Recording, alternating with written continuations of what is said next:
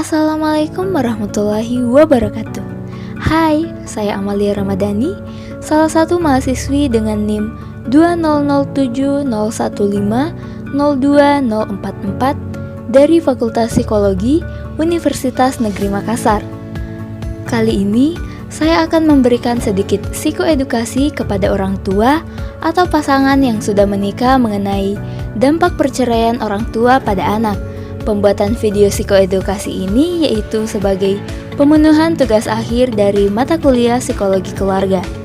Nah, sebelum mengetahui dampak dari perceraian, kita perlu ketahui apa itu perceraian. Perceraian dapat diartikan sebagai berakhirnya hubungan suami istri yang ditentukan oleh hukum atau agama, karena sudah tidak adanya kepentingan bersama, rasa saling percaya, dan tidak adanya kecocokan satu sama lain yang berujung pada ketidakharmonisan keluarga. Faktor pendukung akibat terjadinya perceraian adalah yang pertama, iman yang menurun. Karena iman suami istri yang lemah atau dengan kata lain, agama yang mereka ketahui masih dangkal. Yang kedua, melepaskan tanggung jawab dan kewajiban terhadap kelangsungan kehidupan rumah tangga dari pihak suami. Yang ketiga, konflik antara suami dan istri yang tidak bisa dihentikan dan tidak dapat diselesaikan sehingga makin berlarut-larut. Yang keempat, ekonomi keluarga yang belum stabil. Yang kelima, karena adanya orang ketiga atau perselingkuhan maupun pengaruh dari pihak luar. Yang keenam, karena kesibukan masing-masing yang kurang bisa mengatur waktu. Keluarga adalah dunia yang pertama bagi anak, yang memberikan sumbangan mental dan fisik terhadap hidupnya. Melalui interaksi dalam keluarga, anak tidak hanya mengenal dirinya sendiri dan orang tuanya, melainkan juga mengenal kehidupan di lingkungan sekitarnya. Nah, karena adanya perceraian orang tua, hal ini menyebabkan kurangnya interaksi mereka dengan anak-anaknya. Adapun dampak dari perceraian orang tua pada anak. Yang pertama, masalah kesehatan. Rata-rata, masalah tidak jauh dari kesehatan mental atau yang berkaitan dengan psikologis. Dalam masalah psikologis, anak akan menjadi emosional dan stres. Ada juga sakit yang terjadi pada fisik anak, ialah sering merasakan sakit kepala, bahkan asma. Yang kedua, gangguan emosional. Sebagian besar penelitian menunjukkan bahwa anak-anak dengan orang tua bercerai memiliki tingkat masalah emosional dan sosial yang lebih tinggi daripada anak-anak dari keluarga utuh. Gangguan emosi yang dialami anak ialah sangat sensitif, sering menangis diam-diam, stres, marah, dan sebagainya. Yang ketiga, masalah sosial. Sebagian anak menunjukkan emosinya dengan cara bertingkah laku kasar atau kurang sopan.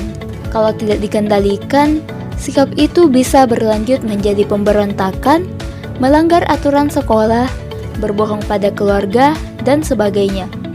Jika terjadi secara terus-menerus, tentu hal ini akan menimbulkan masalah. Interaksi sosialnya pun akan cenderung terganggu. Yang keempat, depresi. Depresi bisa mengeruhkan mood, perasaan, pikiran, bahkan aktivitas sehari-hari.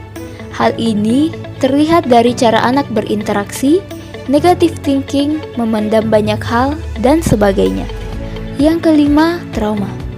Trauma yang dialami anak karena perceraian orang tua berkaitan dengan kualitas hubungan dalam keluarga sebelumnya. Apabila anak merasakan adanya kebahagiaan dalam kehidupan rumah sebelumnya, maka mereka akan merasakan trauma yang berat. Sebaliknya, bila anak merasakan tidak ada kebahagiaan dalam rumah, maka trauma yang dihadapi anak sangat kecil. Malahan, perceraian dianggap sebagai jalan keluar terbaik dari konflik yang terjadi antara ayah dan ibunya. Yang keenam, stres karena ayah ataupun ibu memiliki keluarga baru atau menikah lagi. Jika orang tua menikah lagi, itu menjadi stres kedua setelah perceraian bagi anak. Yang paling sulit bagi anak adalah ketika ayah ataupun ibu mereka sudah memiliki keluarga baru, karena hal itu bisa mengubah kualitas hubungan antara orang tua dan anak. Jadi, untuk mencegah dampak buruk yang terjadi pada anak, orang tua perlu hindari atau menuntaskan perselisihan rumah tangga agar tidak terjadi perceraian dengan cara meningkatkan pengalaman ajaran agama, menghilangkan kehendak atau niatan bercerai, membangun kesiapan ekonomi dalam menjalankan kehidupan pernikahan sehingga kebutuhan finansial keluarga dapat diatasi dengan baik, membuka kembali komunikasi yang lebih positif dan mengembalikan kebiasaan positif yang dapat menguatkan intimasi dan komitmen pernikahan, dan meminta nasihat kepada orang tua, mertua, keluarga, atau BP4. Itulah beberapa tentang perceraian, disertai dampak dan solusinya. Semoga video ini bisa bermanfaat. Terima kasih telah menyimak video ini, dan jangan lupa berikan like serta komennya.